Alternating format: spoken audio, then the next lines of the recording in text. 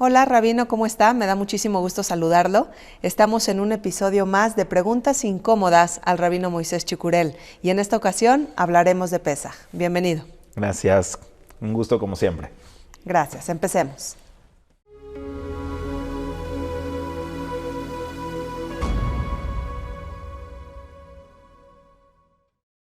Rabino, año con año, el pueblo judío alrededor del mundo se sienta en una mesa a conmemorar la salida del pueblo judío de Egipto. Un evento que sucedió hace más de 2000 años, incluso hace más de 3000. La pregunta entonces sería, ¿por qué seguir conmemorando un episodio así? ¿Es tan importante en la historia del pueblo judío? Muy buena pregunta y tienes toda la razón. En los términos en los que tú los planteas no tiene razón alguna. Si alguien piensa o cree que está solamente festejando o conmemorando un evento que sucedió hace 3000 años, yo creo que no hay nada más irrelevante, ni hay nada más fútil que simplemente sentarse a hacer un lejaim, a tomar un poquito de vino y comer matzá, porque hace 3000 años un grupo de esclavos fueron liberados de una nación que los estaba oprimiendo. No creo que vaya por ahí el tema.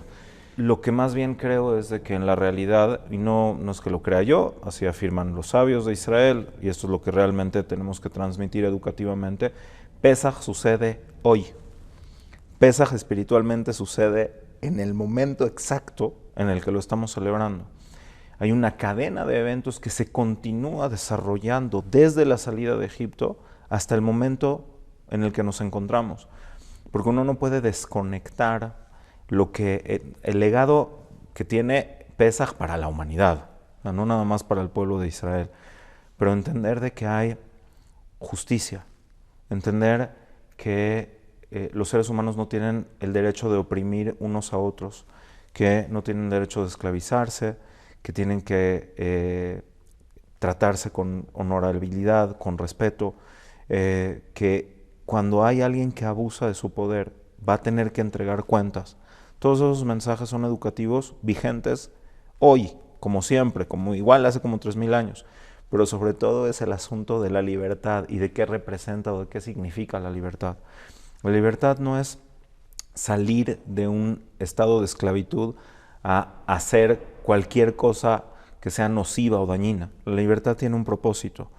Entonces son una serie de eventos que comienzan en Pesaj, continúan durante todo el tiempo que hay entre la fiesta de Pesaj hasta Shavuot, que es la entrega de la Torá, y toda esta serie de eventos lo que realmente implica es una libertad para algo, una libertad con sentido, una libertad de ser tú, de ser quien eres, de tener autonomía, de tener autodeterminación con un propósito. Y también la consolidación para el pueblo de Israel como pueblo. Eso es una cosa aparte. Es un mensaje individual y centrado en el pueblo de Israel, pero es nuestra constitución como pueblo. ¿Y dónde nos constituimos? En la familia.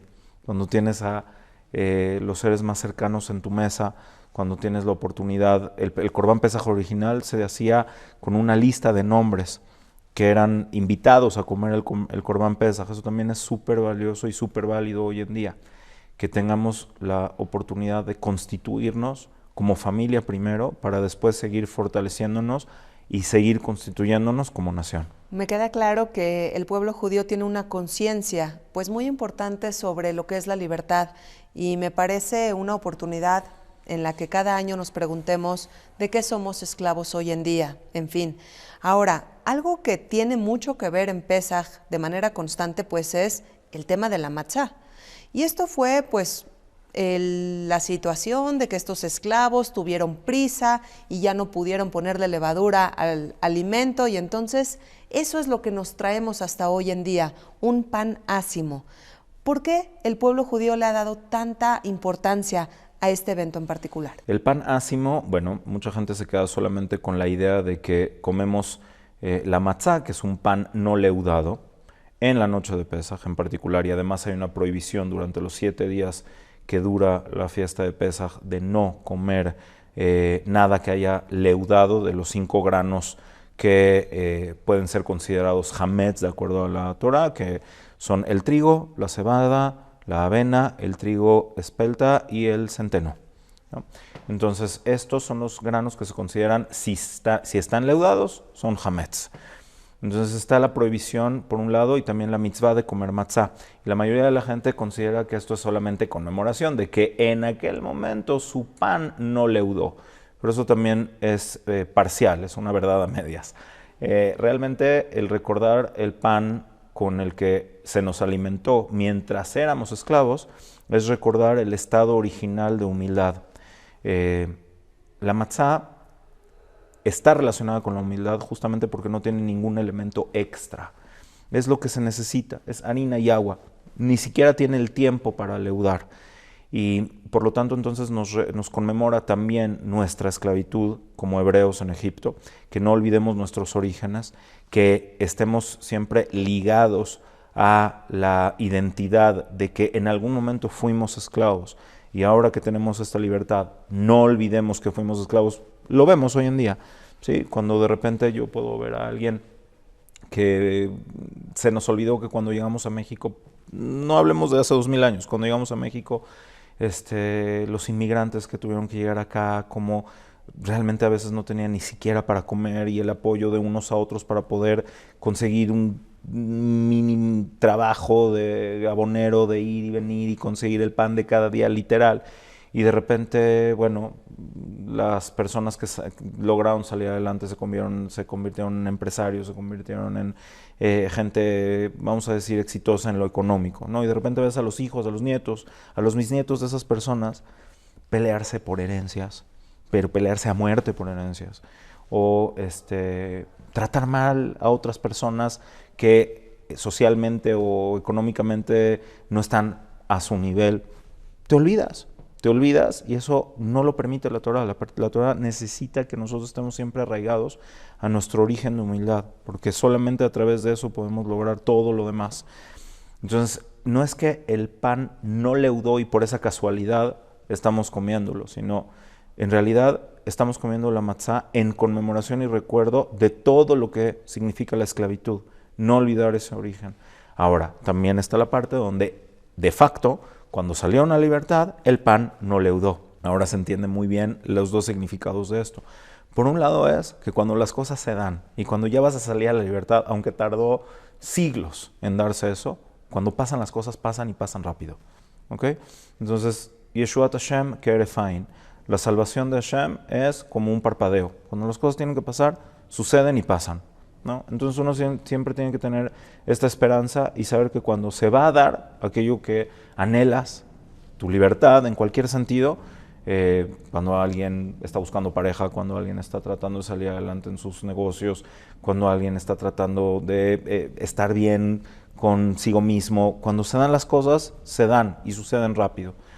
Entonces por eso también ese pan no leudó. Y por último, que esto también es una enseñanza muy importante, es imagínate lo incongruente que sería que después de salir de toda esta situación de humildad y de lo básico, lo elemental, inmediatamente después de eso lo que haces es buscar lo innecesario y lo extra.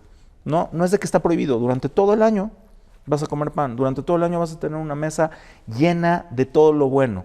Pero en este momento hay que ser congruentes. Entonces también por eso el Todopoderoso sacó a los hebreos rápido y no tuvieron chance de sentarse a hacer un pan leudado, de dejarlo inflar. Tuvieron que moverse inmediatamente para que haya un hilo de congruencia, un hilo conductor de congruencia desde la salida hasta hoy en día. Entonces no es conmemorar que no les dio chance, es conmemorar que cuando las cosas suceden rápido, conmemorar y no olvidar los orígenes de la humildad y ser congruentes en lo que sucede en el momento. No conmemorar de una manera completamente incongruente, por ejemplo, la libertad o la independencia de cualquier nación. No más allá de un momento de reflexión o de unión o de compromiso de la continuidad de la identidad de ese pueblo, de esa nación. Hoy en día las celebraciones de independencia o lo que sea es simplemente ir, emborracharse, luces artificiales, música. ¿Qué tiene eso que ver con la lucha o con la idea de la libertad que constituyó a las naciones? Poco.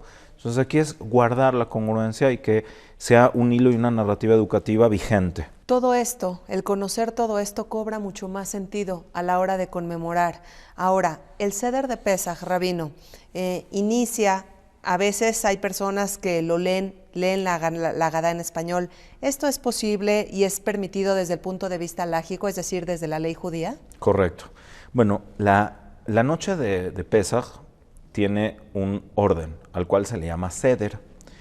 Este orden, este Seder, estaba vinculado con toda una serie de mitzvot que se hacen esta noche. Y además de eso, una de las mitzvot de la noche es contar y relatar la salida de Mitzrayim. Entonces los sabios de Israel en la época romana establecieron varias pautas para que esto fuera pues fluido. Increíblemente hoy en día lo podemos ver como algo pesado, pero a ellos lo que les interesaba era que hubiera una narrativa fluida, que hubiera también una forma fluida de cumplir dentro de los 15 pasos del Seder, del orden de Pesaj, con todas las mitzvot y que no se nos fuera a pasar ninguna de las mitzvot, de los deberes que se deben de hacer esta noche. Entonces plantearon lo que hoy en día llamamos el Seder de Pesaj junto con la Agadá. Ahora, lo más importante del relato de la salida de Mitzrayim es que se entienda. Lo más importante del relato de la salida de Mitzrayim es que tenga un significado y que tenga un impacto. Esto es un ejemplo de esta, a veces, religiosidad inconsciente, superficial, que a veces le damos una importancia a recitar algunas frases en hebreo o en arameo como si eso fuera lo central, como si por recitarlas en un idioma que a lo mejor ni siquiera entendemos, pensamos que eso es lo que le da la energía, y no. Nosotros hicimos una Agadá de Pesaj el año pasado, la publicamos el año pasado, la hemos repartido desde el Pesaj anterior y también en este Pesaj, justamente para que la lectura de la Agadá tenga un sentido. Es mucho mejor leerla en el idioma que tú entiendas y no nada más leerla. Si tú quieres participar, es mucho más valioso que tú participes con algo congruente y algo valioso a que simplemente le estés leyendo de una manera, entre comillas, religiosa, ¿no? Entonces lo que sí hay que seguir es el orden del Seder. Estas Agadot, como la que hicimos nosotros y muchas otras, incluyen también comentarios, incluyen ideas que te ayuden a ti a explayar y a abrirte y a que sea tu Seder. Entonces, lo más importante del Seder, además de cumplir lo técnico, es que tenga un sentido. Por lo tanto, si la razón de decir la Agadá se pierde al leerla en hebreo o al leerla en arameo original, por supuesto que hay que leerla en español o en el idioma que sea que se entienda. Pregunta interesante. ¿Desde cuándo el pueblo judío conmemora este Seder de Pesaj? ¿Se sabe eso? Desde la noche del primer Pesaj. Ininterrumpidamente hemos cumplido con la noche del Seder. La Agadá, que es la mitzvah de relatar la salida de Mitzrayim, durante la primera parte de la historia del pueblo de Israel, hasta el segundo templo, quizás hasta el final del segundo templo, la Agadá se cumplía el relato familiar, cada quien se sentaba en su casa a relatar los versículos del libro de Shemot, de Éxodo, que narran la salida de Mitzrayim, con los comentarios espontáneos de cada quien, hasta que se estableció la Agadá, que tenemos hoy en día, se estableció como la base de la narrativa, pero nunca se pretendía que esa fuera la narrativa. Entonces es una base de la narrativa que, bueno, hay que entender que en aquellas épocas la gente literalmente se podía aventar 6 horas de Seder, ¿no? Relatando, cantando, contando, hasta que en la medianoche es cuando se comía, un poco antes de la medianoche, se comía la porción de la ofrenda de Pesaj que cada quien comía dentro de la familia. Y por ejemplo en Jerusalén, hoy en día también sucede un poco esto, pero en la época del segundo templo era una maravilla, porque la gente salía justo a medianoche a cantar el Halel a los techos de sus casas, y toda la gente estaba haciendo eso al mismo tiempo. Yo me vuelvo loco de imaginar cómo debe de haber sido ese momento. Pero entonces es una base, no es lo que se tiene que hacer a fuerzas. Entonces, si tú vas en base a esa estructura, lo recomendable es no saltársela, lo recomendable es no comérsela, porque además ahora están estructuradas las mitzvot, como por ejemplo comer maror, o como por ejemplo comer la porción de matzá, o como por ejemplo comer la porción de matzá con maror, está hecho todo de una manera en la que vas haciendo el orden y vas cumpliendo con cada una de estas partes en las 15 partes del Seder, que no terminan en la cena. Muchas familias terminan comiendo la cena y ya después bye, y no siguen con lo que termina. Pero bueno, la idea es de que sobre todo tenga sentido, no nada más que uno lea, balbucee lo que dice la Haggadah, sino que tenga sentido. Rabino, es común que cometamos errores. Hay veces están las mujeres en la cocina preparando el tema de la cena o están muy cansadas y ya no tienen energía para el Seder. ¿Cuáles son los errores que tendemos a cometer en este momento importante? Pesaj es una muestra de los errores comunes que se pueden hacer no solamente en Pesaj, sino en relación con la Torah en general. Por un lado está tomar las mitzvot de manera mecánica. Las mitzvot son una plataforma para que tenga una parte estructural, física, con un contenido. ¿Okay? Entonces, ¿cómo se puede lograr eso? Si la noche del Seder es una plataforma educativa, entonces hay que enfocarse en lo educativo y no en lo técnico. Obviamente hay que prepararse. Quien no lo pueda hacer así, o sea, hoy en día que tenemos escuelas, instituciones educativas y que tenemos la oportunidad y el tiempo, porque antes de verdad la gente no tenía el tiempo. O sea, la gente trabajaba de sol a sol para poder comer cada día su pan de cada día literal. Hoy en día sí tenemos ese tiempo de compartir con nuestros hijos, sí tenemos ese tiempo de prepararnos. Tú, si eres papá, si eres mamá y vas a hacer un Seder, el principal error es llegar al Seder sin ningún tipo de preparación como papá o mamá para transmitirle a tus hijos de qué se trata eso. Y es lo mismo con el judaísmo en general. De repente tus hijos tienen 20 años y te hacen una pregunta acerca de su identidad o de su significado como judíos en el mundo y uno se queda así de, ¿qué le digo? ¿No? Bueno, ese es un error que no es el Seder, es toda la vida. Entonces, también otro error es el tema a veces de cuando hay gente que es observante o más observante. Entonces pretenden de que con comer el doble de matzá entonces vas a ser más espiritual. No va por ahí. Digo, obviamente hay leyes, tenemos un video entero que habla de la guía de cómo hacer Pesaj y los invitamos a ver el video para poder entender todo esto. Pero por ejemplo, de repente te das cuenta de que la Torah te da la mitzvah de comer un bocado de matzá. ¿Qué es comer? Bueno, los sabios de Israel establecieron que la ingesta mínima para considerar que algo es una comida y no una pequeña prueba, no, o sea, que sea realmente un bocado que se considere que comiste, lo mínimo es un kazait. Un kazait es el volumen equivalente a una aceituna. Entonces nos pusimos a ver cuántos gramos o cuántos centímetros cúbicos. No, la pregunta es real y es válida saber cuánto es, pero no enfocarse en esto. Y entonces hay opiniones, por ejemplo, para los sefaradim. Nuestros padres, abuelos, tatarabuelos, comían una medida de matzá que está perfectamente validada. Y a lo mejor otras costumbres en el mundo europeo, ashkenazí, a lo mejor utilizaban medidas más estrictas, ¿no? Pero los sefaradim nunca lo hicimos y de repente pareciera que lo valioso, lo importante es de que ahora te vas a comer medio kilo de matzá. Y hay gente que además de verdad termina haciendo sufrir a sus propios familiares por tomar una cantidad de vino que hay gente que no le cae bien esa cantidad de vino, ¿me entiendes? Entonces este es un error no de Pesaj, es un error de todo.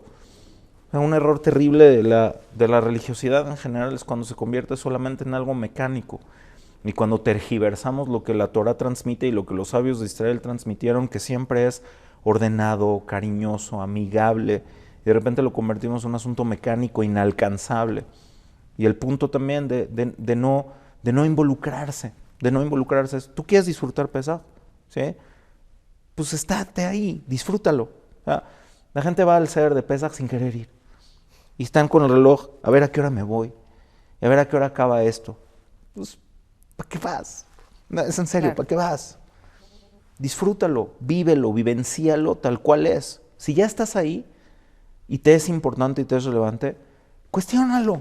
Algo no te cae, algo no te está funcionando y estás con el tío, con esto. En buena onda, no de cuestionar para molestar, pero bueno, de verdad, ¿por qué lo que estamos hablando? ¿Por qué matzá? ¿Por qué el vino? ¿Por qué 4 copas? ¿No? ¿Por qué tenemos que poner todo en una charola de una forma específica o especial? Entonces, eso es lo que te convierte en ese hijo preguntón que la Torah quiere que seas. Hay 4 tipos de hijos preguntones. ¿Cuál eres tú? Pero tienes que ser alguien que esté involucrado. Y si eres aquella persona que no te involucras y no preguntas y no estás interesado, tus papás tienen ese deber de involucrarte, de hacerte parte de. Entonces, los errores del ser no son los errores del ser, son los errores del judaísmo en general. El observante, el religioso observante mecánico que pierde el sentido de profundidad, es un error no en Pesaj, es un error en todo. La persona que está apática, que no tiene interés, que no quiere estar ahí, bueno, si vas a estar por la razón que decidiste estar, porque quieres no hacer sufrir a tu abuelita, ¿no? De que mi nieto ya no vino al... Bueno, vas a estar ahí. Entonces, y en la vida en general, hay que aprender a estar donde estamos y ser quienes somos y relacionarnos con la persona con la que estamos en ese momento y no estar en otro momento, en otro lugar. Entonces, esos son los errores comunes. Y por último, lo que empiezas, termínalo. Claro. Lo que sea, y es otro error que no es para el ser de Pesaj, es para toda la vida. Hazlo bien, termínalo, comiénzalo, disfrútalo, termínalo, te van a dar ganas de volverlo a hacer. Ojalá que, bueno, fuera de Israel, que tenemos 2 noches de Pesaj, entonces como que, bueno, la segunda noche es como, ¿y ahora cómo le hago para que esto vuelva a tener ese impacto, no? Pero en Israel sí es solamente una noche al año. Entonces hay que disfrutarla, hay que vivenciarla, hay que vivirla y tratar siempre de encontrarle el fondo a las cosas, no nada más la forma, estando involucrados y estando donde estamos. Claro, la responsabilidad cae en cada generación. Si esto lleva más de 3,000 años haciéndose y haciéndose bien, no seamos nosotros los responsables de convertir esto en algo automático o en un deber ser solamente. Rabino, para finalizar, hay muchas diferencias entre Ashkenazim y Sefaradim a la hora de llevar a cabo esta fiesta. Las leyes dietéticas están a lo largo de toda la semana, no solamente el Seder de Pesaj. ¿Cuáles podríamos decir que son las diferencias principales entre Ashkenazim y Sefaradim y sobre todo el por qué? Quizás una de las mayores diferencias es que los Ashkenazim y muchos Sefaradim, no todos, pero muchos Sefaradim, además de no comer los granos prohibidos por la Torah en Pesaj, también nos abstenemos de comer granos que, aunque no son hametz, o se almacenan con hametz, o se usan para hacer harinas y masas como el hametz, entonces, o que pudieron haber estado mezclados en algún momento con hametz y tienen estas comparativas. Por ejemplo, el maíz, ¿no? Los judíos provenientes de Oriente simplemente revisan bien el maíz, que no tenga ninguna mezcla de trigo o de cebada o lo que sea, y comen el maíz, tortilla, arroz, ¿no? Entonces los ashkenazim no comen todos estos pequeños granos que se llaman kotniot o kitniot. Los sefaradim que venimos de Turquía o de Grecia o de los Balcanes, norte de Marruecos, no comemos arroz y no comemos granos secos que pudieron haber estado almacenados con otros granos, pero sí comemos, por ejemplo, chícharos frescos, habas frescas. Entonces, todo esto es porque en Pesaj queremos dar una noción de que le echamos un poquito más de ganas, ¿no? Pero en otros lugares donde esto en algún momento pudiera ser una complicación, entonces está permitido. Nosotros y los ashkenazim tampoco argumentamos que eso sea una prohibición bíblica, por supuesto que no, pero tratamos siempre de empezar como dar una muestra de que tenemos un cuidado un poco más allá, porque es muy importante.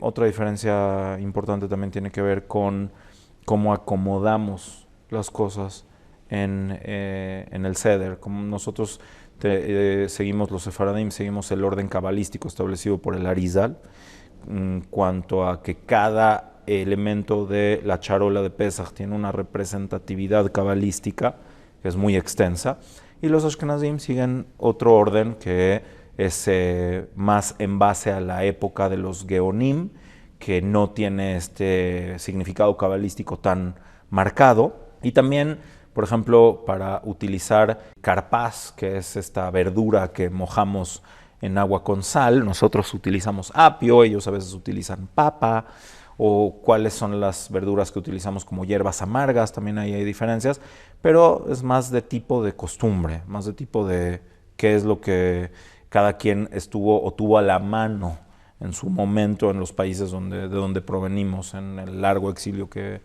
tenemos.